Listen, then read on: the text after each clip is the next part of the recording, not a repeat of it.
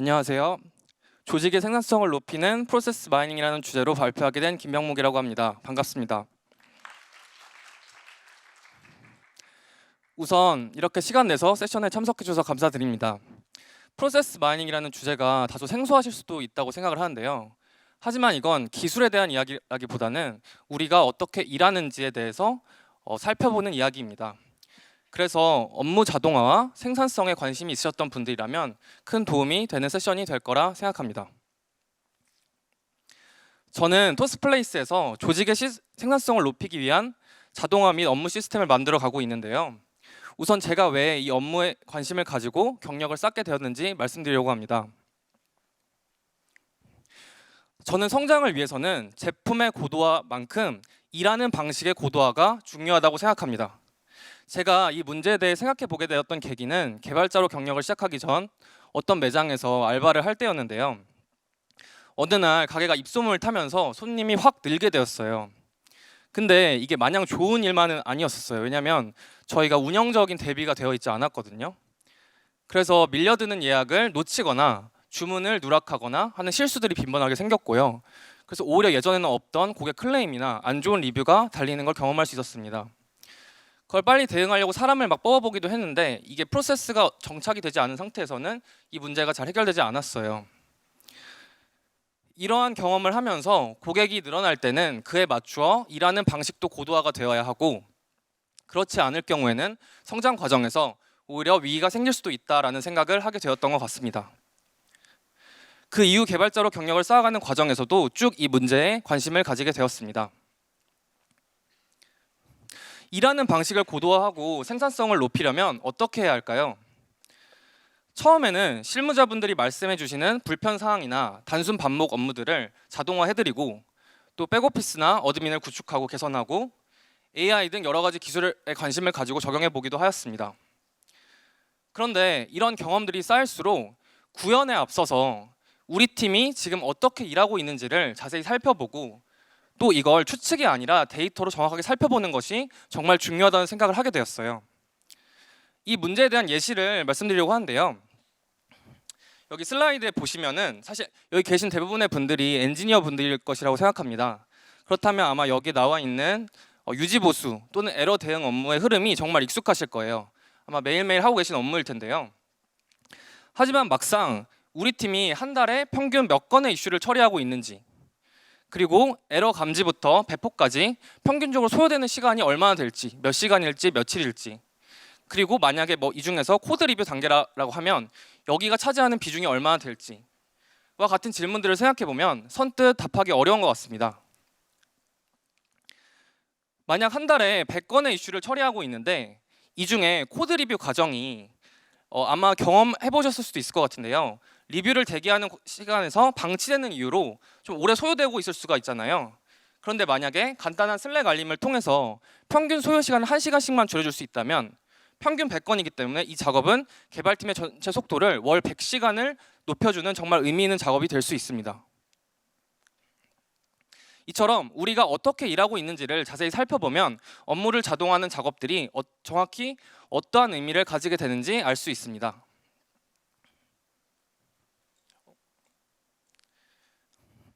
이건 개발자에게 익숙한 개발 업무뿐 아니라 일반적으로 이제 개발을 하시면서 백오피스를 구축하시고 어드민을 구축하실 때, 또 자동화 도움을 드릴 때 하는 대부분의 업무에 적용이 되는데요. 예를 들어 운영 업무라든지 마케팅과 영업이라든지 CS 대응이라든지 주문 배송 처리라든지 검수 작업이라든지 아마 이렇게 각 조직에 속하신 여러 가지 운영 업무들을 도와드렸던 경험이 있으실 거예요. 여기에도 그런데 마찬가지로 생각해 볼 수 있습니다. 이 업무들이 한 달에 몇 건이나 일어나고 있는지, 각 단계의 평균적인 소요 시간은 어떻게 되는지, 그리고 현재 개발 중인 작업이 이 중에 어떤 단계에 해당하고 이 작업을 통해서 이 단계가 얼마나 개선될 수 있을지 같은 데이터를 정확하게 알 수 있다면 내가 하는 작업의 임팩트를 명확하게 파악할 수 있어서 일단 동기부여가 확실하게 되고요. 또 팀에 어떠한 기여를 했는지도 명확하게 확인할 수 있습니다.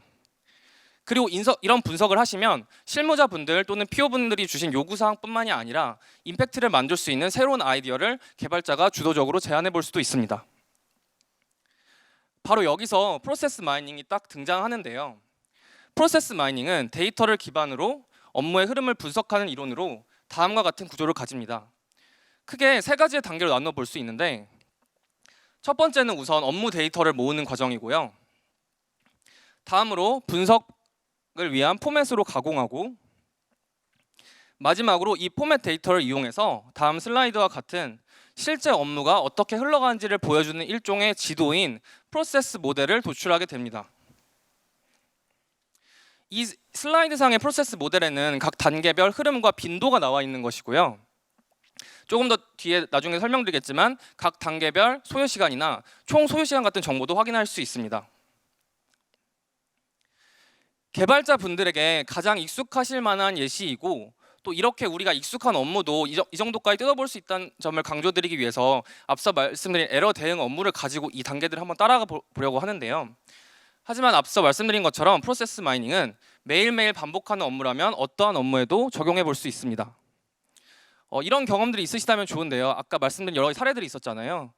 백오피스를 구축해 보셨거나 자동화 시스템을 구축해 보셨다면 이게 어떠한 업무들을 돕기 위한 목적이었는지, 그리고 그걸 사용자분들은 누구셨는지, 그런 사례들을 한 번씩 떠올려 봐 주시고 앞으로의 내용을 들어주시면 조금 더 도움이 되실 것 같습니다. 잠깐 한번 생각해 봐 주시겠어요? 생각해 보셨을까요? 네, 그럼 넘어가겠습니다. 우선 첫 번째 단계는 데이터를 수집하는 단계인데요. 한 가지 짚어볼 점은 모든 일은 시스템 위에서 일어난다는 점입니다. 예를 들어 에러 대응 업무로 생각해 보시면 물론 팀마다 다양한 툴을 사용할 수 있겠지만 모든 단계는 센트리나 깃헙 등 특정한 시스템상에 기록되고 있습니다. 조금 더 일반적으로 주문부터 배송까지 이어지는 업무라고 한번 생각을 해볼게요. 그럼 우선 주문이 들어오면 커먼 사이트에 기록이 될 것이고, 중간의 처리 과정들은 자체 어드민일 수도 있고, 혹은 슬랙과 엑셀 같은 정말 범용적인 툴을 쓰시더라도 거기에 기록이 되고 있을 것입니다. 또 고객 문의와 대응 과정이 있다면 고객 상담 툴에 기록들이 쌓이고 있을 것이고요. 배송을 하게 된다면 배송 업체의 배송 단계에 대한 내역들이 기록되고 있을 것입니다. 이 말은 모든 일의 흔적을 데이터로 쌓을 수 있다는 뜻입니다. 자체 백오피스 내에서 모든 업무가 된다면 로깅을 하시면 되지만 외부 툴을 사용하는 경우에도 API를 통해서 수집할 수 있습니다. 여기 보시듯이 깃헙과 센트리는 이런 정보를 다 얻을 수 있는 API를 제공해 주고요. 그 외에도 일반적인 업무를 지원하는 다양한 툴, 예를 들면 슬랙도 그렇고 각종 CRM 툴, 고객 상담 툴, 계약 관리 툴, 마케팅 툴, 모든 툴들은 대부분 API를 제공하고 있습니다. 이처럼 프로세스 마이닝을 위한 첫 번째 단계는 우선 우리 팀이 어떠한 시스템들 위해서 일하고 있는지를 파악하고 여기서 로깅을 하거나 API를 조사해 보거나 하면서 데이터를 수집할 수 있는 기반을 마련해 보는 것입니다. 여기까지 확인했다면 이제 어떠한 데이터를 어떠한 포맷으로 남겨야 하는지에 대한 부분입니다. 슬라이드에서 보실 수 있는 이 포맷을 이제 프로세스 마이닝에서는 이벤트 로그 포맷이라고 하는데요. 사실상 이 단계가 가장 중요하고 핵심적인 단계라고 할 수 있습니다. 활용의 관점에서 프로세스 마이닝 분석 상용 툴 또는 PM4Pi와 같은 오픈소스 라이브러리들이 있는데요. 이런 것들을 활용하면 이러한 데이터만 준비되어 있다면 단 몇 줄의 코드 혹은 클릭만으로 다음과 같은 프로세스 모델을 뽑을 수 있기 때문입니다. 이제 이벤트 로그란 어떤 포맷의 데이터인지 살펴보려고 하는데요. 다음과 같이 케이스 아이디, 액티비티, 타임스탬프로 구성되어 있습니다. 하나씩 살펴볼게요. 케이스 아이디란 하나의 개발 작업을 할 때마다 하나씩 생성되는 PR 번호 또는 이슈 번호처럼 분석하려는 전체 업무 흐름을 구분짓기 위한 고유 번호입니다. 주문이라면 주문 번호일 수 있고요. 고객 대응 과정이라면 고객 이슈가 들어왔을 때 티켓 번호, 이런 것들이 있을 수 있습니다. 액티비티란 이 흐름을 구성하는 구체적인 행동 단계 하나하나를 의미합니다. 예를 들어 하나의 에러 대응 업무 과정에서 발생하는 에러 감지, 담당자 할당, 개발, 코드 리뷰, 배포와 같은 단계들을 말합니다. 그런데 여기서 중요한 점이 한 가지 있는데요. 바로 이 단계들이 모두 어떠한 케이스 아이디에 속하는지를 꼭 같이 기록해야 된다는 점이에요. 그래야 이게 전체 업무의 총 소요 시간이 어떻게 되는지, 이 업무들이 어떻게 연관되는지 이런 것들을 묶어서 분석할 수 있기 때문인데요. 즉 케이스 아이디는 전체 업무를 의미하는 거고, 액티비티는 그 안에서 발생하는 여러 가지 세부 단계들을 의미한다고 보시면 됩니다. 마지막으로 타임스탬프란 각 액티비티가 발생한 시각을 의미합니다. 이 시각 정보를 바탕으로 이제 데이터를 랜덤하게 쌓더라도 각 단계의 순서를 명확하게 알 수 있고요. 또 이제 이 각 타임스탬프만의 간격을 이용하면 각 단계의 소요 시간이 얼마나 걸렸는지, 그리고 전체 과정이 얼마나 걸렸는지 같은 정보를 계산할 수 있게 됩니다. 그 외에도 여기 슬라이드는 넣지 않았지만 각 단계를 누가 담당했는지와 같은 리소스라는 정보도 수집할 수 있어요. 예를 들어서 같은 지금 개발 작업이라고 하더라도요. 아마 개발팀이 있으신 분들은 다들 공감하시겠지만 이슈 1은 뭐 A 개발자분이 개발하고 이슈 2는 B 개발자분이 개발하고 이렇게 여러 다른 사람들이 같은 단계를 할 수가 있잖아요. 그러면 이제 이걸 같이 쌓게 되면 뭐 예를 들면 어떤 사람에게 업무가 과중되고 있는가 뭐 이런 것들도 분석을 해볼 수 있게 됩니다. 앞서 말씀드린 것처럼 이러한 API를 활용하면 케이스 ID, 액티비티, 타임스탬프에 대한 정보를 모두 수집할 수 있습니다.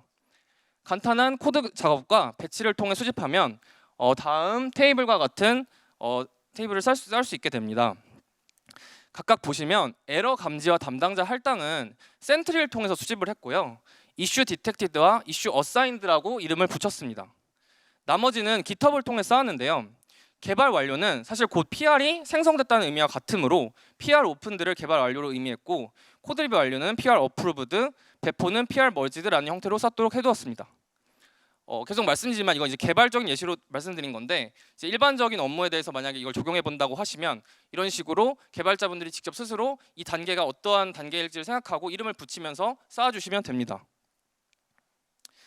한편 이렇게 스텝을 정의하고 데이터를 쌓다 보면 어떤 수준까지 데이터를 쌓아야 할까라는 고민을 하게 되는데요. 이걸 스코핑이라고 합니다. 예를 들어 에러 대응 업무에서 저는 보라색으로 표기된 5가지 단계만을 말씀드렸는데요. 실제로는 여기 빨간색 점선으로 표시된 것과 같이 여러 가지 중간 스텝들이 있을 수 있어요. 예를 들면 에러 감지 후 담당자 할당이 이루어 전까지 메신저 상에서 이런저런 논의들이 발생할 수 있고요. 개발 단계에서도 주기적인 커밋이 발생할 수 있습니다. 코드 리뷰 단계에서도 여러 번의 리뷰와 리뷰 사항에 대한 반영이 반복될 수 있습니다. 그리고 이 단계들도 뭐 슬랙이나 GitHub API 활용하면 사실 수집은 다 할 수 있어요. 하지만 여기서는 내가 지금 확인하고 싶은 문제에 필요한 만큼만 최소화하여 쌓는 게 좋습니다. 제가 앞서서 뭐 코드 리뷰 단계가 차지하는 시간이 전체 시간 중에 얼마나 걸릴까를 한번 알아보려는 목적으로 이 예시를 한번 생각을 해봤었는데요. 사실 이 경우에는 생각해 보면 PR이 오픈돼서 어프로브 될 때까지 이 간격에 대한 데이터들만 다 평균으로 모을 수 있으면 확인할 수 있기 때문에 사실 굳이 그 사이의 과정은 현재로선 관심사가 아니어서 빼는 것으로 하였습니다. 이걸 조금 더 일반적인 사례로 확장해서 설명을 드려보면요. 예를 들어 주문부터 뭐 출고, 배송까지 가는 업무에 대해서 저희가 이거를 데이터를 쌓는다고 해볼게요.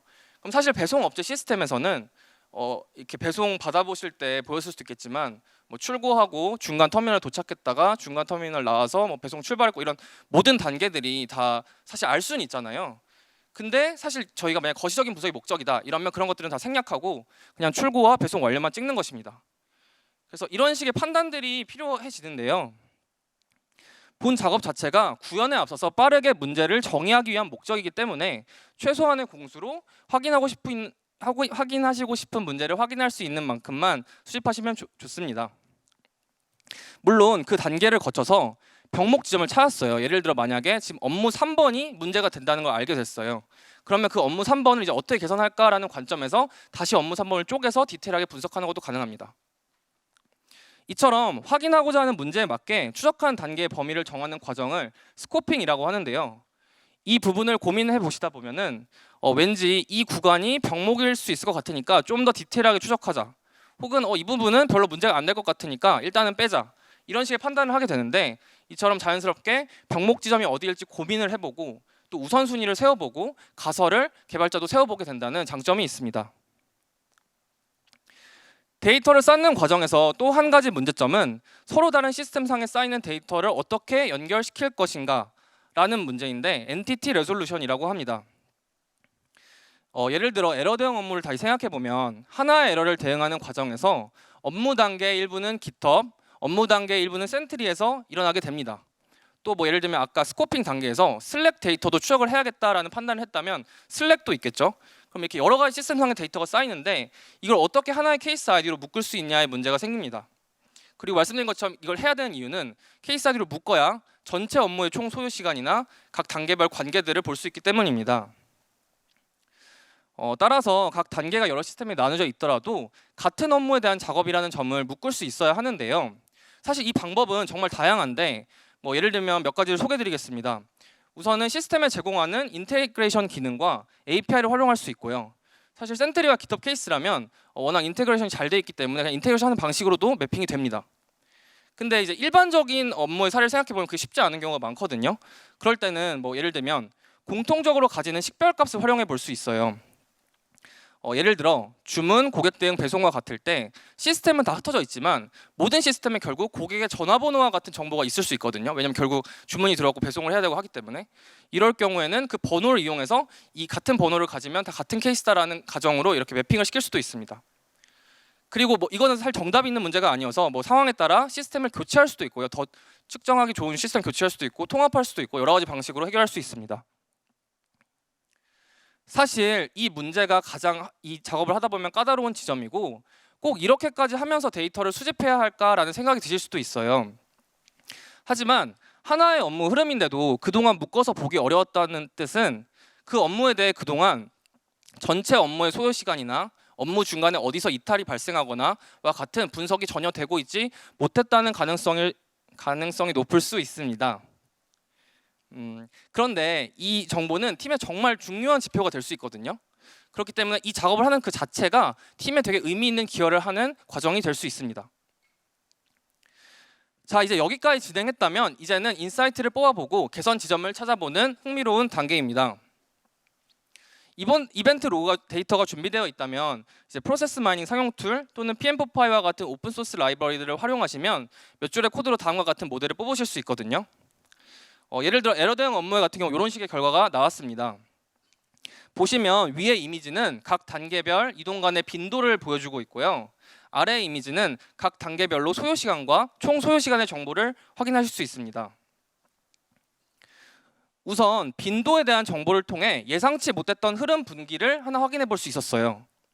어떤 거였냐면 에러가 감지된 후에 원래 담당자 할당으로 다 넘어갈 줄 알았는데 넘어가지 않고 그냥 종결되는 케이스가 17%가 된다는 걸 알 수 있었어요. 이런 게 왜 생겼을까요? 아마 이제 실제 일하시는 걸 생각해 보면 뭔가 왜일지 느낌이 오실 수도 있을 것 같은데 확인해 보니까 인증 실패, 유효성 검사 실패와 같이 의도된 에러 처리인데 센트리에 잡히게 돼서 사실은 센트리에 잡힐 필요가 없는 이슈들이었던 것이었습니다. 그런데 이러한 이슈들이 지속적으로 센트리에 잡히게 되면 매번 에러 알림이 발생할 때마다 확인 과정에서 개발자분들의 리소스가 비효율적으로 사용될 수 있고요. 또 이런 케이스의 빈도가 높아질수록 에러 알림 자체를 노이즈하게 느끼게 될 거예요. 그래서 그냥 에러 알림 자체를 잘 안 보게 되는 문제가 생길 수 있습니다. 이에 따라 이렇게 문제 정의를 할 수 있게 되는데요. 이 흐름의 빈도를 17%에서 0%로 낮추자. 즉 감지되는 에러는 반드시 처리해야만 하는 에러가 되도록 하자라는 문제를 정의하고 개선 작업을 시도해 볼 수 있을 것입니다. 역시 마찬가지로 이걸 좀 일반적인 주문 사례로 확장을 해서 생각을 해볼게요. 주문이 들어오고 주어진 단계를 하나하나 거치다가 주문 취소가 되면서 이탈되는 케이스들이 있을 수 있어요. 그러면 사실 그동안 분석이 안 됐다면 그냥 이탈이 그러니까 주문 취소가 전체 주문 중에 몇 건이다 이 정도의 분석만 가능하겠지만 이렇게 단계를 정해서 프로세스 모델을 도출하시면 정확히 어떤 단계에서 주문 취소로 이탈이 제일 많이 되는지 같은 정보를 알 수 있습니다. 그리고 그렇게 해서 그걸 찾았다면 그 지점을 디테일하게 찾아봐서 그 이유가 무엇인지를 분석해보고 그 원인을 이제 해결해보는 방법을 찾아볼 수 있습니다. 두 번째로 아래 이미지는 단계별 소요 시간과 총 소요 시간에 대한 정보인데요. 여기서 확인해 보실 수 있는 흥미로운 점은 개발 완료 후 코드 리뷰의 배포까지 소요 시간이 전체 소요 시간의 43%로 상당히 큰 비중을 차지하고 있었다는 점이었어요. 그리고 이것도 역시 확인을 해보니까 리뷰와 확인을 대기하고 기다리는 시간 때문이었습니다. 여기서 하나 말씀드리고 싶은 게 업무 단계마다 성격이 다를 수가 있는데요. 개발처럼 절대적인 소요 시간이 필요해서 아무리 시간이 오래 걸려도 개선이 어려운 단계가 있고요. 코드 리뷰처럼 대기하는 시간, 방치된 시간 이런 것 때문에 소요 시간이 발생해서 슬랙 알림을 넣는다든지 자동 머지 기능을 넣는다든지 하는 간단한 작업으로도 엄청나게 시간을 확 줄일 수 있는 단계들이 있습니다. 본 분석을 통해서는 개선이 명확하게 가능한 단계가 되게 큰 비중을 차지하고 있다는 걸 알 수 있었고 이 부분을 몇 시간으로 줄여보자와 같은 목표를 설정할 수 있습니다. 또 이걸 마찬가지로 일반적인 사례로 확장을 해볼게요. 고객 문의 대응으로 생각을 해보겠습니다. 고객 문의 대응이라면 이제 어떤 업무라고 생각해 주시면 되냐면 고객분이 먼저 이렇게 문의를 남겨주시면 이제 고객 대응 담당자가 전화를 걸고 이제 통화를 해서 문제를 해결하는 방식인데요. 이럴 수가 있을 것 같아요. 담당자 연락을 했는데 이제 그 문의 주신 고객이 전화를 못 받아가지고 부재중으로 인해서 그냥 방치가 되다가 이 소요 시간이 오래 걸리는 케이스입니다. 이 경우에도 마찬가지로 프로세스 마이닝을 통해서 이렇게 분석을 했다면 부재중 단계로 인한 방치가 생각보다 되게 크다, 이런 것들을 명확하게 볼 수가 있고요. 이걸 이제 해결하자라는 문제를 정리할 수 있습니다. 그래서 뭐 예를 들면 이런 아이디어를 도출해 볼 수 있을 것 같은데, 고객에게 그 상담 예약을 시간을 정하는 그 문자를 보내주고요. 그 문자에 대한 시간이 오면 그때 전화를 드리는데, 그 전화를 드리기 30분 전에 자동으로 뭐 문자나 알림톡 같은 리마인드를 보낸다거나 하는 장치를 만들 수 있습니다. 근데 여기서 말씀드리고 싶은 점은, 이런 아이디어를 그냥 아무 데이터가 없는 상태에서 사실 도출하기가 되게 어려운데요. 이런 식으로 데이터를 뽑아서 어떤 단계가 문제고 어떤 단계가 오래 걸린다는 걸 딱 아는 순간 되게 자연스럽게 좋은 아이디어들이 많이 떠오르시는 걸 경험하실 수 있습니다. 실제 현업에서의 업무는 이번 세션에서 다룬 에러 대응보다 훨씬 복잡하고 다양한 담당자분들이 얽혀 있을 가능성이 높은데요. 그렇기 때문에 이러한 업무에 대해 제가 앞서 설명드린 프로세스 마이닝 모델을 뽑아보시면 보다 흥미로운 인사이트를 찾아볼 수 있고 개선 아이디어를 도출해 보실 수 있을 것이라 생각합니다. 지금까지 살펴본 내용을 간략히 정리해 보겠습니다. 우선 팀의 성장을 위해서는 제품의 고도화만큼이나 일하는 방식의 고도화가 중요하고, 이를 위해서 우리가 어떻게 일하고 있는지 자세히 보고 문제를 정해본 노력이 중요하다고 말씀드렸습니다. 이를 위해 프로세스 마이닝을 활용해 보았고, 가장 핵심적인 단계는 일의 흔적을 이벤트 로그라는 포맷의 데이터로 적재하는 작업이었습니다. 마지막으로 이벤트 로그가 적재되어 있다면 프로세스 모델을 도출할 수 있고, 이를 활용해서 인사이트를 뽑아보고 개선 아이디어를 찾아볼 수 있습니다. 한 가지만 덧붙이면, 만약 개선을 하신 뒤에는 다시 한번 그 이후에 프로세스 마이닝을 해서 개선 후 이 결과가 어떻게 바뀌었는지를 또 볼 수가 있거든요. 이런 걸 통해서 내가 한 작업이 어떠한 효과를 만들었는지를 검증해 볼 수도 있습니다. 저는 프로세스 마이닝을 다양한 운영 업무에 적용해 보면서 개발자로서 주어진 요구사항을 개발하는 것을 넘어서 데이터로 업무의 흐름을 속속히 들여다보고 예상치 못한 문제를 찾아보는 과정에서 이 과정이 정말 흥미로웠고 성취감을 느낄 수 있었는데요. 특히나 세션 과정을 통해서 쭉 설명드렸지만 프로세스 마이닝과 API 연동, 로깅 작업 같은 것들이 필요하기 때문에 어떻게 보면 개발자에게 특화된 문제 정의 방법론 같다는 생각을 하게 되었습니다. 요즘 AI와 LLM 등이 빠르게 발전하면서 좋은 문제를 정의하고 구체적인 요구사항을 정리할 수만 있다면 사실 개발 작업 자체는 점점 더 AI를 통해 빠르게 할 수 있게 되는 것 같아요. 저는 이럴 때일수록 좋은 문제를 정의하는 능력이 되게 중요해진다고 생각을 합니다. 따라서 개발자도 이 부분에 대해 관심을 가지고 역할을 확장시켜 나가야 된다고 생각합니다. 본 세션이 개발자로서 어떻게 역할을 확장시켜 나가는지에 대해 조금이나마 도움이 되는 시간이 되셨기를 바랍니다. 이상으로 세션 마치겠습니다. 감사합니다.